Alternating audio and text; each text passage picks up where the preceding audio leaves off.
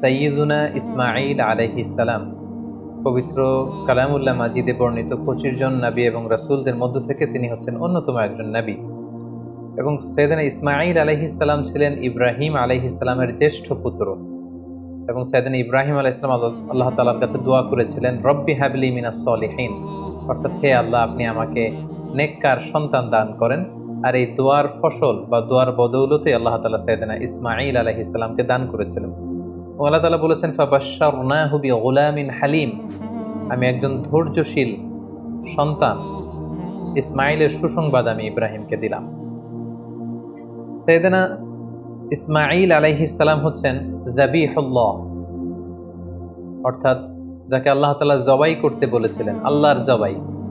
এজন্য আল্লাহর রাসূল সাল্লাল্লাহু আলাইহি সাল্লাম তিনি বলতেন যে আনা ইবনু যাবিহাতাইন, আমি হচ্ছি দুই যাবিহের সন্তান। অর্থাৎ এক হচ্ছে আমার পূর্বপুরুষ ইসমাঈল হচ্ছে এক যাবিহ, যাকে জবাই করার কথা ছিল, কিন্তু তাকে সরিয়ে আল্লাহ জান্নাত থেকে একটি ভেড়া পাঠালেন, তিনি বেঁচে গেলেন। আবার আমার পিতা আব্দুল্লাহ, তাকেও আমার দাদা আব্দুল মুত্তালিব জবাই করে দেওয়ার কথা ছিল আল্লাহ সন্তুষ্টির জন্য, কিন্তু সেখানে তার বদৌলতে 100টি উট দিয়ে আল্লাহ তাআলা আমার পিতা আব্দুল্লাহকে বাঁচিয়ে দিলেন। তাহলে এক যাবিহ হচ্ছে আমার অনেক অনেক পূর্বপুরুষ ইসমাঈল, আর এক যাবিহ হচ্ছে আমার পিতা আব্দুল্লাহ। তাহলে এই দুই যাবিহের কারণেই কিন্তু আমি পৃথিবীতে এসেছি। অর্থাৎ সাইয়েদনা ইসমাঈল আলাইহিস সালাম বেঁচে না থাকলে এই বংশে আল্লাহ রাসূল সাল্লাল্লাহু আলাইহি ওয়াসাল্লাম আসতেন না। আর রাসূল সাল্লাল্লাহু আলাইহি ওয়াসাল্লামের পিতা আব্দুল্লাহ যদি জবাই হয়ে যেত, তাহলে রাসূল সাল্লাল্লাহু আলাইহি ওয়াসাল্লাম তো পৃথিবীতে আসতে পারতেন না। যেন তিনি বলতেন, আনা ইবনু যাবিহাতাইন, আমি হচ্ছি দুই যাবিহের সন্তান, একজন হচ্ছে ইসমাঈল আলাইহিস সালাম আর একজন হচ্ছে আল্লাহ রাসূল সাল্লাল্লাহু আলাইহি ওয়াসাল্লামের পিতা আব্দুল্লাহ। ইসমাঈল আলাইহিস সালামকে বলা হয় আবুল আরব, তিনি আরব জাতির পিতা। পুরো আরব গোষ্ঠীটাকে তিনটি ভাগে ভাগ করা যায়, একটা হচ্ছে আল আরাব আল বাঈদা, আর একটা আল আরাব আল আরেবা, আর একটা মুস্তাআরিবা। বাঈদা মনে হচ্ছে অনেক আগের যে আরব জাতি, যেটা হচ্ছে আদ সামুদ জাতির কথা বলা হয়, তারা ধ্বংস হয়ে গিয়েছে, তাদের কেউ পৃথিবীতে নেই, তারা হচ্ছে আরবে বাঈদা। আরেকটা হচ্ছে আল আরাব আল আরেবা, যারা হচ্ছে অরিজিনাল আরব, যাদেরকে কাহতানি বলা হয়। আর 3 নম্বর আরব হচ্ছে আল আরাব আল মুস্তাআরাবা বা মুস্তাআরিবা, মানে যারা বেসিকলি মূলত আরব নয়, ভিনদেশী লোক, কিন্তু আরবি সংস্কৃতিতে এসে আরবি ভাষা শিখে তারা এখন আরব হয়ে গিয়েছে। আরব জাতিগোষ্ঠীর এই বিশেষ শাখাটির ফাউন্ডার হচ্ছে, আর আরাব আল মুস্তাআরাবার ফাউন্ডার হচ্ছে সাইয়েদনা ইসমাঈল আলাইহিস সালাম। এজন্য ওনাকে বলা হয় আবুল আরব, আরব জাতির পিতা। এবং রাসূলুল্লাহ সাল্লাল্লাহু আলাইহি সাল্লাম তিনি কিন্তু ইসমাঈল আলাইহিস সালামের বংশে আগমন করেছেন, তাই তিনি হচ্ছেন বানি ইসমাঈল। আর ইয়াকুব আলাইহিস সালামের পরবর্তী বাকি সব নবী হচ্ছে বানি ইসরাঈল। সাইয়েদনা ইসমাঈল আলাইহিস সালাম এমন একজন নবী যার বদৌলতে আমরা জমজমের কুয়ার পানি পেয়েছি, যে কুয়ার ব্যাপারে রাসূল সাল্লাল্লাহু আলাইহি ওয়াসাল্লাম বলেছেন, ইন্নাহা তুআমু তুমিন ওয়া শিফাউ সুকমিন। জমজমের পানি এটা যেমনি মানুষের ক্ষুধা নিবারণ করে, আবার এটা মানুষের রোগ বালাই থেকে শিফা দান করে। পাশাপাশি কুরবানির যে বিধান, অর্থাৎ জিলহজের 10 তারিখে আমরা যে কুরবানি করি ঈদুল আজহার দিন, এই কুরবানির বিধানটাও কিন্তু সাইয়েদনা ইসমাঈল আলাইহিস সালামের কারণে আমরা পেয়েছি, আমরা শুনবো সামনে। পাশাপাশি কাবা নির্মাণের সাথেও কিন্তু সাইয়েদনা ইসমাঈল আলাইহিস সালাম ওতপ্রোতভাবে জড়িত, কারণ ইব্রাহিম আলাইহিস সালাম প্রধান রাজমিস্ত্রির ভূমিকায় অবতীর্ণ হয়েছিলেন, আর ওনার সাথে সাপোর্ট দেওয়ার জন্য, সহযোগিতার জন্য সাইয়েদনা ইসমাঈল আলাইহিস সালাম পাথর বয়ে বয়ে পাথর টেনে পিতার হাতে দিতেন। সাইয়েদনা ইসমাঈল আলাইহিস সালামের জন্ম হয়েছিল ফিলিস্তিনে, কিন্তু সেখানে তিনি থাকতে পারেননি। আল্লাহ তাআলার আদেশে ওনার পিতা ইব্রাহিম আলাইহিস সালাম হাজারকে এবং ইসমাঈলকে মক্কার মরুজমিনে রেখে দিয়ে যায়। সারা চাচ্ছিল যে হাজার এবং ইসমাঈল যাতে ফিলিস্তিনে না থাকে। পাশাপাশি আল্লাহ তাআলাও আদেশ করলেন যে প্রিয় কলিজার টুকরা সন্তানকে মক্কার মরুজমিনে তুমি রেখে দিয়ে আসো। ইব্রাহিম আলাইহিস সালাম তাই করলেন। কলিজার টুকরা সন্তান ইসমাঈল আলাইহিস সালামকে এবং তার মা হাজেরাকে মরুভূমিতে রেখে দিয়ে চলে গেলেন। একা ধুধু প্রান্তরে হাজেরার কাছে কিছু নেই, সামান্য কিছু খেজুর আর 1 মশক পানি। 1-2 দিন যাওয়ার পরে এই খেজুরও শেষ, পানিও শেষ, কোনো খাবার যেহেতু নেই, হাজেরার স্তনে দুধও নেই, দুধের বাচ্চা ইসমাঈলকে খাওয়ানোর মতো কিছু নেই। আল্লাহর এই নবী সাইয়েদনা ইসমাঈল আলাইহিস সালাম দুধের বাচ্চা, তিনি ছটফট করছিলেন ক্ষুধার যন্ত্রণায়, পানির তৃষ্ণায়। সাইয়েদনা ইসমাঈল আলাইহিস সালাম মক্কার মরুজমিনের মধ্যে তিনি ছটফট করছেন। এই কঠিন দৃশ্য দেখে ধৈর্য ধারণ করা হাজেরার পক্ষে সম্ভব ছিল না। তিনি সাইয়েদনা ইসমাঈল আলাইহিস সালামকে মরুভূমির মধ্যে রেখে পানির সন্ধানে পাশে একটা ছোট্ট পাহাড় ছিল, পাহাড়টির নাম হচ্ছে সাফা। এই সাফা পাহাড়ের উপরে তিনি আরোহণ করলেন। দূর মরুভূমির এদিক সেদিক তিনি খুঁজতে আরম্ভ করলেন, কোনো কাফেলা দেখা যায় কিনা, কাউকে দেখা যায় কিনা, পানির কোনো সন্ধান করা যায় কিনা। না, তিনি কাউকে দেখতে পাচ্ছেন না। আবার তিনি সাফা পাহাড় থেকে নেমে পাশে আরেকটা পাহাড় ছিল, সেটার নাম হচ্ছে মারোয়া। দৌড়ে যে মারোয়াতে উঠলেন। এবার আবার মরুভূমির দিকে তিনি তাকালেন যে কোনো কাফেলা দেখা যায় কিনা, কোনো জনমানুষ দেখা যায় কিনা, পানির কোনো সন্ধান মিলে কিনা, কিন্তু না, তিনি কাউকে দেখতে পেলেন না। আবার তিনি মারোয়া থেকে নেমে এসে সাফায় উঠলেন, আবার সাফা থেকে মারোয়ায়। এভাবে তিনি পানির সন্ধানের জন্য সাফা থেকে মারোয়া পাহাড়ের মাঝখানে সেই তপ্ত মরুর বুকে 7 বার তিনি দৌড়াদৌড়ি করেছিলেন। বিবি হাজেরার এই 7 বার টার্ন করাটা, এই দৌড়াদৌড়ি করাটা আল্লাহ তাআলার কাছে এত পছন্দনীয় হয়েছে, হজের সময় প্রত্যেক হাজী সাহেবের এই 2 পাহাড়ের মাঝখানে আস-সা'য়ু বাইনা সাফা ওয়াল মারওয়া, সাফা মারওয়ার মাঝখানে দৌড়াদৌড়ি করাটাকে আল্লাহ তাআলা হাজীদের জন্য ওয়াজিব করে দিয়েছেন। হঠাৎ আল্লাহ তখন ফেরেশতা পাঠালেন। ফেরেশতা বলল, হাজার তুমি যাও, তোমার দুধের ছেলে ইসমাইলের কাছে যাও, তার পাশেই তুমি জমজমের কুয়া দেখতে পাবে। তিনি গেলেন, যে দেখলেন ঠিকই মরুর জমিন ফুঁড়ে সেখান থেকে কল কল করে ভেতর থেকে পানি বের হচ্ছে। তিনি দেখে তো তিনি অবাক হলেন, তিনি আল্লাহর শুকরিয়া আদায় করলেন, এটাই হচ্ছে সেই জমজমের কুয়া। এবং সেখান থেকে তিনি পানি পান করলেন, মশকের ভেতরে পানি ভরে রাখলেন, দুধের শিশু ইসমাইলকে পানি পান করালেন। তিনি দেখতে পেলেন পানি শুধু বেরোচ্ছে আর বেরোচ্ছে, পানি যেন চলে না যায় চারদিকে। তিনি বালু দিয়ে বাঁধ দিতে লাগলেন। আমরা যেমনি পানি ঠেকানোর জন্য বেরি বাঁধ দেই, তেমনি হাজার তিনি বালু দিয়ে বাঁধ দিতে লাগলেন। হাজার কিন্তু আরবি ভাষা জানতো না, তিনি জানতেন ইব্রানি ভাষা, এবং ইসমাইল আলাইহিস সালামও তো ছোট বাচ্চা। সো হাজার ইব্রানি ভাষায়, তার নিজের ভাষায় বালি দিয়ে পানিটাকে আটকে রাখার চেষ্টা করছিলেন, আর ইব্রানি ভাষায় বলছিলেন ঝাম ঝাম, মানে স্টপ স্টপ, থাম, পানি চলে যাস নে। তিনি পানি আটকানোর জন্য বাদ দিয়ে নিজের ভাষায়, ইব্রানি ভাষায় তিনি বলছিলেন ঝাম ঝাম, মানে থাম থাম। তো ওনার মুখনিসৃত এই ঝাম ঝাম শব্দ দুইটা আল্লাহ তাআলার এত ভালো লেগেছে, কিয়ামত পর্যন্ত এই পানির কুয়ার পানির নাম আল্লাহ তাআলা এটাকে জামজামের কুয়ার পানি হিসেবে নাম করে দিলেন। সুবহানাল্লাহ বিহামদিহি। ইন দ্য মিন টাইম ইয়ামান থেকে একটি ব্যবসায়ী কাফেলা পাশ দিয়ে যাচ্ছিল। কাফেলাটির নাম হচ্ছে জুরহুম। জুরহুম গ্রুপের একটি কাফেলা, জুরহুম কওমের। তারা হঠাৎ করে মক্কার আকাশে পাখি দেখতে পেল। এর আগে কখনো মক্কার আকাশে তারা পাখি দেখেনি। আর আরব এলাকায় কোনো এলাকার উপর দিয়ে পাখি ওড়াউড়ি করা মানে সেখানে পানির অস্তিত্ব রয়েছে। কাফেলার প্রধান বলল, এখানে পাখি আসলো কোত্থেকে? মক্কার এই লোকেশনে তো কখনো আমরা এত বছর ধরে এখানে কাফেলা নিয়ে আসা যাওয়া করি, আমরা তো পাখি দেখিনি, নিশ্চয়ই এখানে পানির কোনো ব্যবস্থা হয়েছে। তারা যেয়ে দেখলো যে একজন নারী, সাথে দুগ্ধপোষ্য ছোট্ট বাচ্চা, আর পাশে একটা কুয়ার মতো, ভেতর থেকে শুধু পানি বেরোচ্ছে। তারা হাজেরার কাছে পানির অনুমতি চাইল, হাজেরা পানির অনুমতি দিলেন। তারা পানি খেয়ে তৃপ্ত হলো। তারা বলল যে আপনি যদি অনুমতি দেন তাহলে আমরা এই পানির আশেপাশে বসতি করতে চাই এবং আমাদের এলাকাবাসীদের সবাইকে এনে এখানে রাখতে চাই। বিবি হাজেরা বললেন, হ্যাঁ অবশ্যই, তোমরা আসতে পারো, পানি খেতে পারো, এখানে বসতি স্থাপন করতে পারো, তবে মনে রেখো এই জমজমের মালিকানা তোমাদের থাকবে না, ওনারশিপ থাকবে আমার কাছে। সুবহানাল্লাহ বিহামদিহি। সাইয়েদনা ইব্রাহিম আলাইহিস সালামের দোয়ার ফসলে এখানে জনমানুষের আগমন ঘটতে আরম্ভ করলো। জমজমের পানির কথা চারদিকে ছড়িয়ে পড়তে লাগলো, এবং ছোট্ট দুধের বাচ্চা ইসমাঈল আলাইহিস সালাম বড় হতে লাগলেন। এবং সাইয়েদুনা ইসমাঈল আলাইহিস সালাম এই জুরহুম গোত্রের লোকদের কাছেই তিনি আরবি ভাষা শিখলেন। তাদের ছেলে মেয়েদের সাথে তিনি বড় হতে লাগলেন। অরিজিনালি তারা ছিলেন ইব্রানি ভাষার লোক, কিন্তু এখানে তিনি আরবি ভাষা শিখে ফেললেন। সাইয়েদনা ইসমাঈল আলাইহিস সালাম এই জুরহুম কওমের লোকদের কাছেই বড় হতে লাগলেন। সেখানকার ছেলে মেয়েদের সাথে তিনি কথা বলতে বলতে আরবি ভাষা শিখে ফেললেন। উনি ছিলেন ইব্রানি ভাষার মানুষ, কিন্তু তাদের কাছ থেকে তিনি আরবি ভাষা একেবারে পরিপক্ক হলেন। তার বয়স যখন 13 বছর, ঠিক তখন আল্লাহ তাআলা তার পিতা সাইয়েদনা ইব্রাহিম আলাইহিস সালামকে স্বপ্নে দেখালেন যে ইব্রাহিম, তুমি তোমার সবচাইতে পছন্দনীয় বস্তুটি আল্লাহ রাস্তায় কুরবানি করো। একাধিকবার তিনি এই স্বপ্নটি দেখলেন, এবং ইব্রাহিম আলাইহিস সালাম বুঝতে পারলেন যে আমার সবচাইতে পছন্দনীয় হচ্ছে আমার ছেলে ইসমাঈল, যাকে আমি আল্লাহর আদেশে সেই মক্কার মরুভূমিতে রেখে এসেছি। আজ 13টি বছর আমি ফিলিস্তিনে আমার ছেলেকে অনেক মিস করছি। না জানি আমার ইসমাইল দেখতে কতটুকু হয়েছে, না জানি আমার ইসমাইল কত বড় হয়েছে, দেখতে কত সুন্দর হয়েছে। ইব্রাহিম আলাইহিস সালামের হৃদয়ে ছেলে ইসমাইলের মায়া ভালোবাসা যখন প্রবলভাবে জন্মালো, ঠিক ওই মুহূর্তে তিনি স্বপ্নে দেখলেন যে আল্লাহ তাআলা ইসমাঈল আলাইহিস সালামকে কুরবানি করে দেওয়ার জন্য, জবাই করে দেওয়ার জন্য আদেশ করছেন। তিনি আল্লাহ তাআলার আদেশে ফিলিস্তিন থেকে মক্কায় চলে আসলেন। এসে 13 বছর পর নিজের কলিজার টুকরা সন্তান ইসমাইলকে দেখলেন।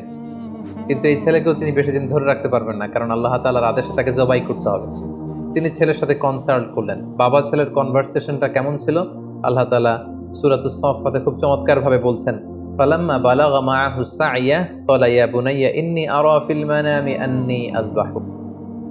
ইসমাইল যখন একটু হাঁটতে পারে, দৌড়াতে পারে, ছোটাছুটি করতে পারে, এই বয়সে যখন পৌঁছলো, ইব্রাহিম আলাইহিস সালাম এসে বললেন, হে আমার কলিজার টুকরা সন্তান, আমি স্বপ্নে দেখেছি যে আমি তোমাকে জবাই করছি। ফানজুর মাযা তারা, what do you think about it, what's your opinion about the matter, তোমার মতামত কি, আমি তোমার মতামত জানতে চাই। ছোট্ট ছেলে ইসমাইল আলাইহিস সালাম বললেন, ক্বালা ইয়া আবাতি ফাআল মা তু'মার, হে আমার বাবা, আপনি যেমনটি আদিষ্ট হয়েছেন ঠিক তেমনটি করুন। সাতাজিদুনি ইনশাআল্লাহু মিনাস সাবিরিন, ইনশাআল্লাহ অচিরেই আপনি আমাকে ধৈর্যশীল পাবেন। আপনি মনে করবেন না যে আমি ঘাবড়ে গিয়েছি, আমি ভয় পেয়েছি, আমি দৌড়ে ছুটে পালাবো না। আপনি যেমনটি দেখেছেন তেমনটি করুন, কারণ আপনি আল্লাহর নবী এবং আল্লাহ তাআলা আপনাকে আদেশ করেছেন, এটা আপনার উপর আল্লাহর ওয়াহী। সো আপনি আমাকে ধৈর্যশীল পাবেন। বাবা ছেলে তখন মক্কা থেকে, মক্কার পাশেই মিনা অবস্থিত, মিনা প্রান্তরে রওনা হলেন আল্লাহ তাআলার আদেশে ছেলেকে কুরবানি করবার জন্য। কি মর্মান্তিক, কি হৃদয় বিদারক সে দৃশ্য। এবং সাইয়েদনা ইসমাইল আলাইহিস সালাম বললেন, বাবা, আমার চেহারার দিকে তাকিয়ে আপনি ছুরি চালাতে আপনার বড্ড মায়া লেগে যাবে, কষ্ট লেগে যাবে, আপনি আমাকে উল্টো করে শুইয়ে দিন, অর্থাৎ আমার চেহারাটা থাকবে মাটির দিকে, আপনি পেছন দিক থেকে আমাকে জবাই করুন। আল্লাহ তাআলা বলছেন, ফালাম্মা আসলামা ওয়া তাল্লাহু লিল জাবিন, দুইজনেই যখন সারেন্ডার করলো, মানে তাদের হৃদয়ে তখন আল্লাহর ভালোবাসা, আল্লাহর আনুগত্যের এই ব্যাপারটা ছাড়া আর কোনো কিছুই নেই। সাইয়েদনা ইব্রাহিম ছেলেকে হৃদয় থেকে সরিয়ে সেখানে আল্লাহর আদেশকে, আল্লাহর ভালোবাসাকে স্থান দিয়েছে। ছোট্ট ছেলে ইসমাইলও আল্লাহর ভয়ে রাজি হয়ে গিয়েছে। সাইয়েদনা ইব্রাহিম আলাইহিস সালাম তখন ইসমাইল আলাইহিস সালামের গলার মধ্যে ছুরি চালাবেন, আসলে এতটুকু পর্যন্ত অগ্রসর হওয়াটাই আল্লাহ তাআলা চেয়েছিলেন। আল্লাহ তাআলা চাননি যে পিতা ইব্রাহিমের কাছ থেকে শিশু ইসমাইলকে ছিনিয়ে নিতে। আল্লাহ তাআলা চেয়েছেন যে ইসমাইলের স্থান ইব্রাহিমের হৃদয়ে বড় নাকি আমি আল্লাহর স্থান বড়। তিনি যখন ছুরি চালাবেন, পেছন থেকে ডাক আসলো, ওয়ানাদাইনাহু আইয়া ইব্রাহিম, হে ইব্রাহিম স্টপ, আর সামনে আগ বাড়ানো যাবে না, এখানেই থামো। কদ সাদ্দাকতার রুইয়া, তুমি তোমার স্বপ্নকে বাস্তবায়ন করেছো, তুমি তোমার স্বপ্নকে বাস্তবায়ন করে দেখিয়ে দিয়েছো। ইন্না কাযালিকা নাজজিল মুহসিনিন, এভাবেই আমি যারা সৎকর্ম পরায়ণশীল তাদেরকে প্রতিদান দিয়ে থাকি। ইন্না হাযা লাহুয়াল বালাউল মুবিন, নিশ্চয়ই এটা অনেক বড় পরীক্ষা, এই বড় পরীক্ষাতেও তুমি বাপ বেটা তোমরা উত্তীর্ণ হয়েছো। ফাদাইনাহু বিযিবহিন আযীম, আল্লাহ তাআলা বলছেন জান্নাত থেকে একটা বকরি এনে, একটা ভেড়া এনে আমি ইসমাইলকে সরিয়ে দিলাম, ইসমাইলের জায়গায় ওই বকরি কুরবানি হয়ে গেল। আল্লাহু আকবার। সাইয়েদনা ইসমাইল আলাইহিস সালাম বেঁচে গেলেন।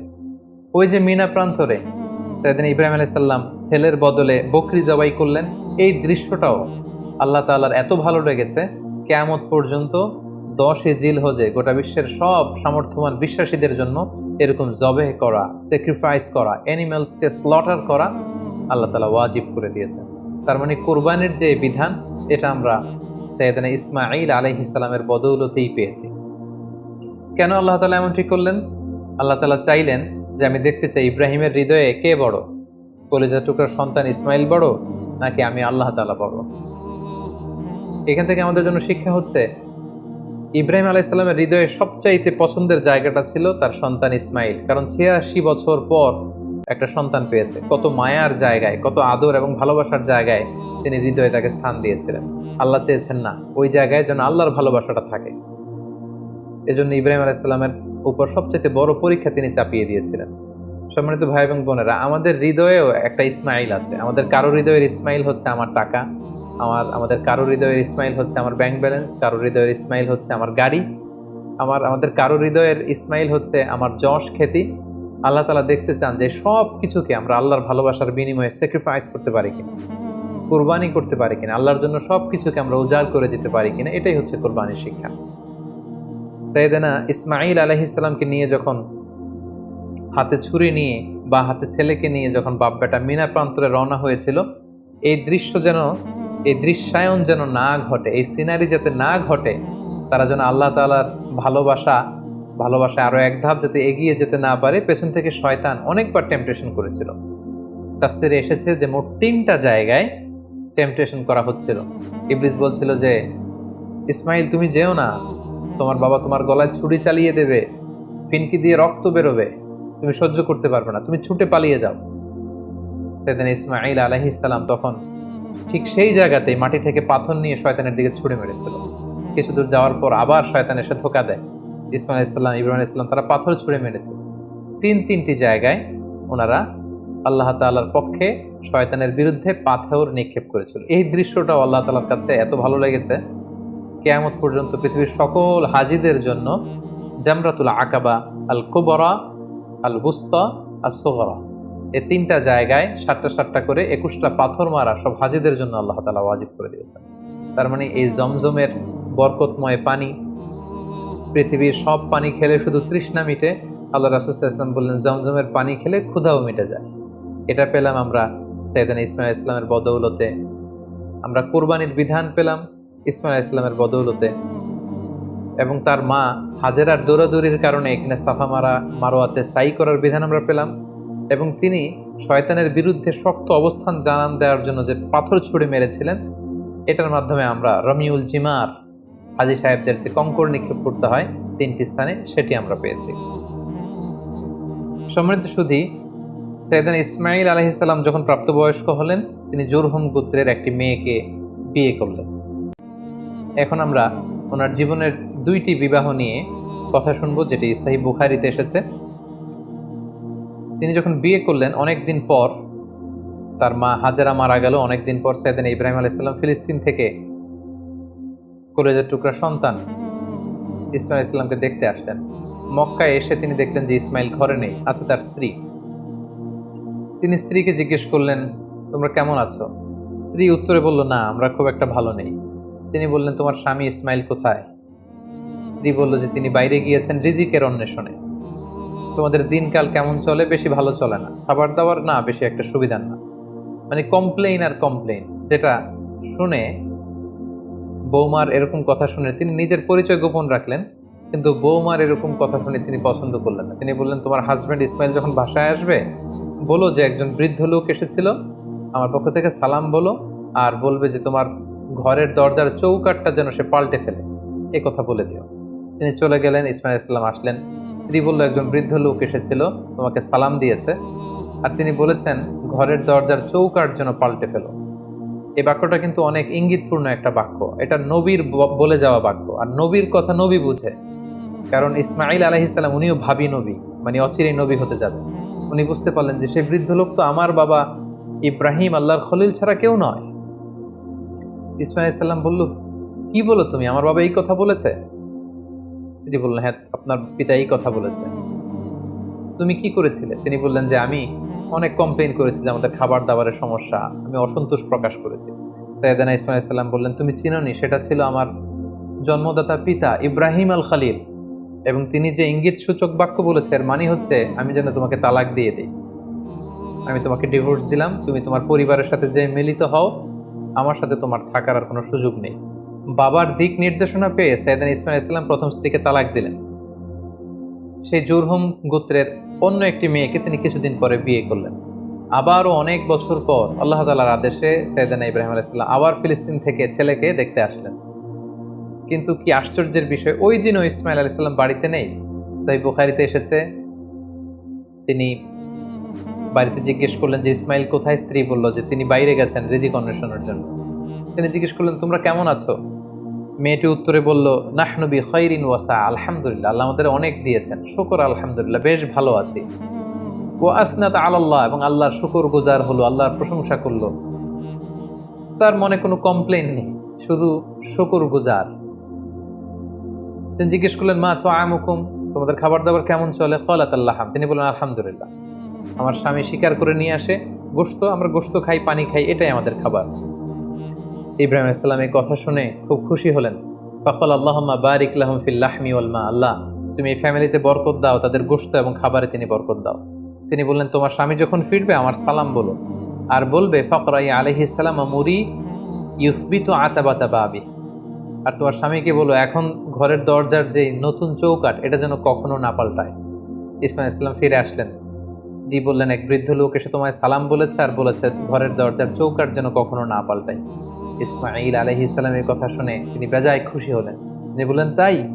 যিনি এসেছিলেন তুমি কি জানো এটা কে? তিনি আমার জন্মদাতা পিতা ইব্রাহিম আলাইহিস সালাম, আর তিনি তোমার ব্যাপারে আমার কাছে পজিটিভ সার্টিফাই করেছেন। তিনি বলেছেন তোমাকে যে আমি স্ত্রী হিসেবে রেখেছি মরার আগ পর্যন্ত যেন তোমাকেই জড়িয়ে রাখি, একসাথেই যেন আমরা জান্নাতে যাই, তোমার হাতটা যে আমি ধরেছি কখনো যেন তোমাকে ছেড়ে না দেয়, চিরকাল আমাদের এই স্বামী স্ত্রীর দাম্পত্য জীবনের এই ভালোবাসার বন্ধন যেন অটুট থাকে।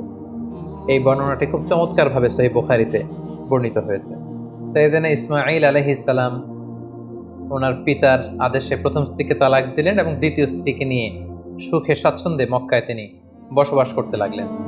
এবং একটা সময়ে সাইয়েদনা ইব্রাহিম আলাইহিস সালাম যখন আবার মক্কায় আসলেন, কাবা নির্মাণের কাজে তিনি তার পিতাকে সহযোগিতা করেছেন এবং সবসময় তিনি কাবা পরিষ্কার করতেন, ঝাড়ু দিতেন, কারণ আল্লাহ তাআলা বলেছেন ওয়া আহিদনা ইলা ইব্রাহিম ওয়া ইসমাঈল, ইব্রাহিম এবং ইসমাইলকে আমি স্পেশাল অর্ডার করেছি যে তাহিরা বাইতিয়া, আমার ঘর এই কাবাকে তোমরা ক্লিন আপ করো, পরিচ্ছন্ন করো। কাদের জন্য? লিত্তাইফিন, তাওয়াফকারীদের জন্য, ওয়াল আকিফিন, যারা এই কাবা ঘরে ইতিকাফ করবে তাদের জন্য, ওয়ার রুকআইস সুজুদ, এবং সালাত আদায়কারীদের জন্য, রুকু সিজদাকারীদের জন্য কাবা ঘরকে পরিচ্ছন্ন করো। সাইয়েদনা ইসমাঈল আলাইহিস সালাম এই কাবা ঘরকে তিনি পরিচ্ছন্ন করতেন। সাইয়েদনা ইসমাঈল আলাইহিস সালামের ব্যাপারে আরো একটি তথ্য জানা যায় যেটি সহিহ বুখারীতে এসেছে, সেটা হচ্ছে তিনি অত্যন্ত ভালো তীরন্দাজ ছিলেন, ভালো তীর মারতে জানতেন। আল্লাহ রাসূল সাল্লাল্লাহু আলাইহি ওয়াসাল্লাম একবার বনু আসলাম গোত্রের পাশ দিয়ে যাচ্ছিলেন একটা বাজারে, তিনি দেখতে পেলেন যে বনু আসলাম গোত্রের লোকেরা তীর দিয়ে প্রশিক্ষণ নিচ্ছে, খেলাধুলা করছে। তখন আল্লাহর হাবিব সাল্লাল্লাহু আলাইহি ওয়াসাল্লাম বললেন, ফাকালা ইরমু বানি ইসমাঈল, হে বনু ইসমাঈল, মানে ইসমাঈলের বংশধর, তোমরা ভালো করে তীর মারো, ভালো করে তীর খেলার প্রশিক্ষণ করো। ফা ইন্না আবাকুম কানা রামিয়ান, কারণ তোমাদের আদি পিতা, তোমাদের পূর্বপুরুষ ইসমাঈল আলাইহিস সালাম ছিলেন জবরদস্ত তীরন্দাজ।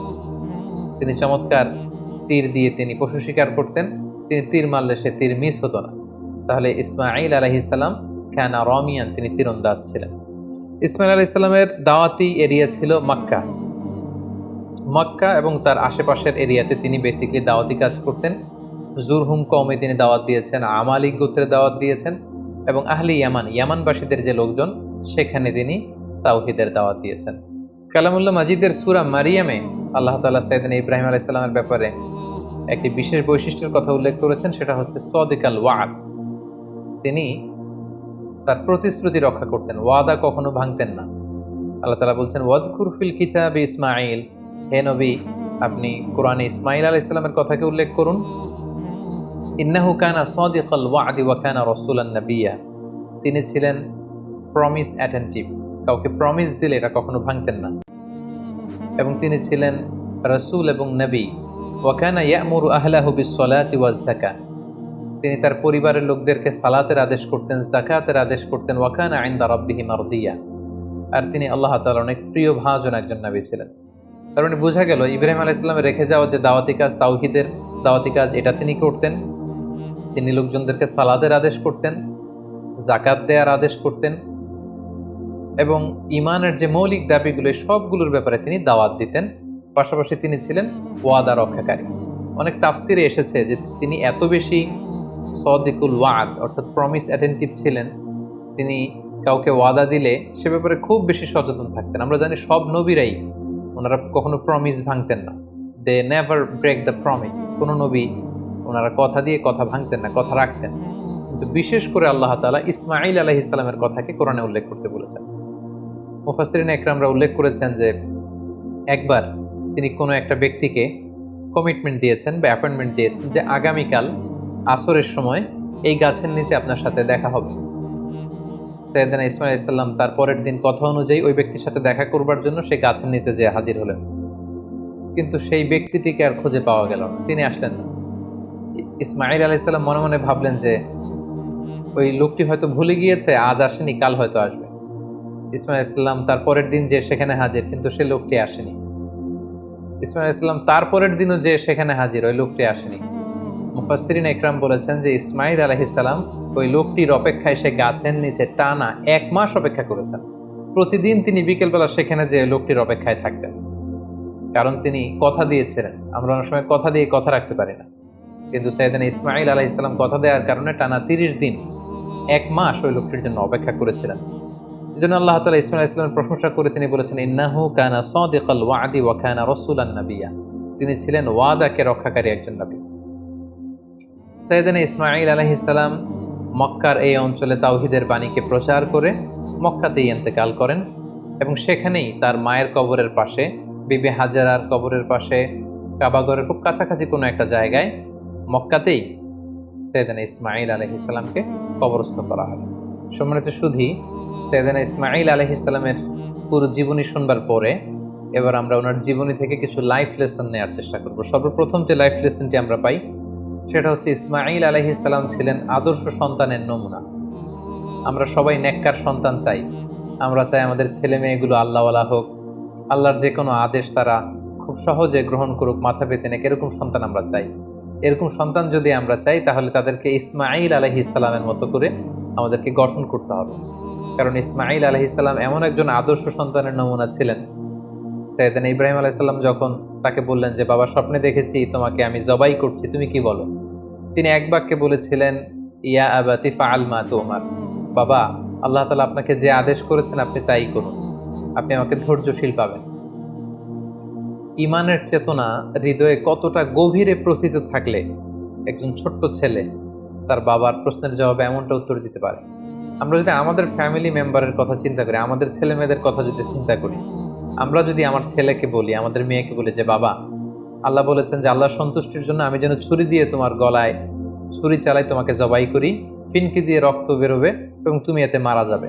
আমাদের ছেলে মেয়েরা কি ইমানের বলে এতটা বলিয়ান হয়েছে যে এই প্রস্তাবে তারা রাজি হবে?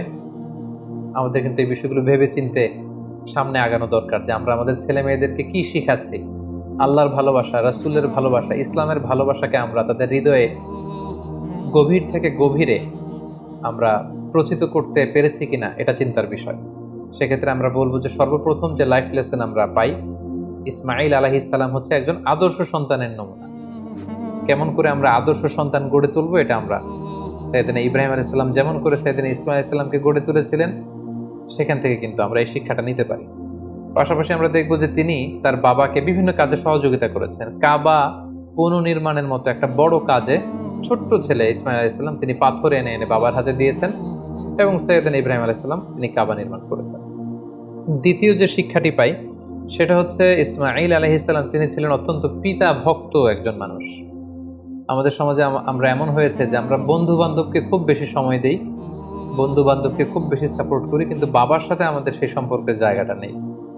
কিন্তু আমরা যদি ইসমাইল আলাইহিস সালামের জীবনের দিকে তাকাই তাহলে দেখব যে সহিহ বুখারীতে যে ওনার 2টা সংসারের কথা আমরা শুনেছি। প্রথম সংসার থেকে তিনি কিন্তু ডিটাচ হয়েছিলেন কেবলমাত্র পিতার আদেশে। পিতা এসে বলেছিলেন যে তুমি প্রথম স্ত্রীকে তালাক দাও, ইঙ্গিতপূর্ণ একটা বাক্য বলে গিয়েছিলেন, এবং পিতার সন্তুষ্টির জন্য পিতার দিক নির্দেশনা অনুযায়ী কিন্তু প্রথম স্ত্রীকে তিনি ডিভোর্স করে দ্বিতীয় সম্পর্কে তিনি গিয়েছেন। তো এখান থেকে আমরা বুঝতে পারি যে সাইয়েদনা ইসমাইল ইসলামের তার পিতার প্রতি কতটুকু আস্থা এবং ভালোবাসা ছিল, কারণ তিনি বুঝতে পেরেছেন যে আমার পিতা আমার খারাপ চাইবে না, এবং তিনি নবী, আমার পিতা হচ্ছে আল্লাহর খলিল। সো নিশ্চয়ই আমার স্ত্রীর আচরণে, কর্মকাণ্ডে এমন কিছু তিনি পেয়েছেন, তিনি অনেক ভিশনারি ছিলেন, অনেক ভেবেচিন্তে নিশ্চয়ই আমার বাবা এটা বলেছেন। এবং সাথে সাথে তিনি দেরি করেন, এটা শোনার পরে স্ত্রীকে বলেছেন তুমি তোমার ফ্যামিলি মেম্বারদের কাছে চলে যাও, তোমার ফ্যামিলিতে যে তুমি থাকো, আমি তোমাকে সম্মানের সাথে বিদায় করে দিচ্ছি। তাহলে এই যে পিতা ভক্ত হওয়া এবং বাবার সাথে ছেলের যে একটা গভীরতম সম্পর্ক, যেটা আমাদের এই ইট পাথরের সমাজে আমরা অনেক মিসিং দেখতে পাচ্ছি। ছেলে মেয়েদের সাথে বাবার সেই সম্পর্কের জায়গাটুকু নেই, বাবার সাথে ছেলে মেয়েদের সেই বোঝাপড়ার জায়গাটুকু নেই। ছেলেমেয়েরা হয়তো বাবাকে সেরকম খুব কাছের মনে করে আপন করে নিতে পারছে না, যেখানে বাবা ছাড়া অন্যদের কাছে যে তারা পরামর্শ চাইছে, অন্যদেরকে তারা খুব কাছের মনে করছে। তো আমরা যদি আমাদের সন্তানদের সাথে আইস ব্রেকিং করে সুসম্পর্ক গড়ে তুলতে চাই, আমরা কিন্তু সাইয়েদনা ইব্রাহিম এবং তদীয় সন্তান ইসমাইলের সাথে কি সম্পর্ক তারা করেছিলেন সেখান থেকে শিক্ষা নিতে পারি। ইসমাইল ইসলামের জীবনে থেকে সর্বশেষ যে শিক্ষাটুকু পাই সেটা হচ্ছে তিনি খুব পরিশ্রমী ছিলেন, অত্যন্ত পরিশ্রমী ছিলেন। তার প্রমাণ, তিনি কাবা নির্মাণে বাবাকে সহযোগিতা করেছেন। তার আরো একটা প্রমাণ, দুইবার তার বাবা যখন এসে তাদের খোঁজ খবর নিতে এসেছিলেন, একবারও ছেলেকে ঘরে পাননি। তার মানে ঘর কোণে ছেলে ইসমাইল ইসলাম ছিলেন না।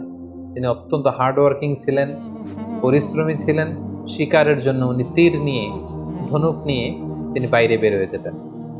এবং পৃথিবীর প্রতিটি নবী কিন্তু পরিশ্রমী ছিল। এবং আল্লাহ রাসূল সাল্লাল্লাহু আলাইহি ওয়াসাল্লাম আমাদেরকে জানিয়েছেন যে ইসমাইল ইসলাম খুব ভালো তীর নিক্ষেপ করতে জানতেন, তীর ছুটতে জানতেন। তিনি বড় তীরন্দাজ ছিলেন, শিকারী ছিলেন। এবং বাআসাল্লাহু নাবিয়্যান ইল্লা রাআল গানাম, পৃথিবীতে এমন কোন নবী তো আল্লাহ পাঠান নেই যারা ছাগল চড়ায়নি। আর ছাগল চড়ানো, রাখালের কাজ করা, এটা যে কত কষ্টের, এটা যে কত পরিশ্রমের, আমরা একটু চিন্তা করলে বুঝতে পারি। তাহলে আমরা বুঝতে পারলাম যে প্রত্যেক নবীরাই খুব পরিশ্রমী ছিলেন। তারা কর্ম করে, পরিশ্রম করে নিজেদের জীবিকা উপার্জন করেছেন। So, আমরা যারা নবীদের অনুসারী বলে নিজেদেরকে দাবি করি, আমরা যেন হার্ড ওয়ার্কিং করি, আমরা যেন পরিশ্রম করি, তাহলেই উন্নতি সমৃদ্ধি আমাদের হাতে এসে ধরা দিবে।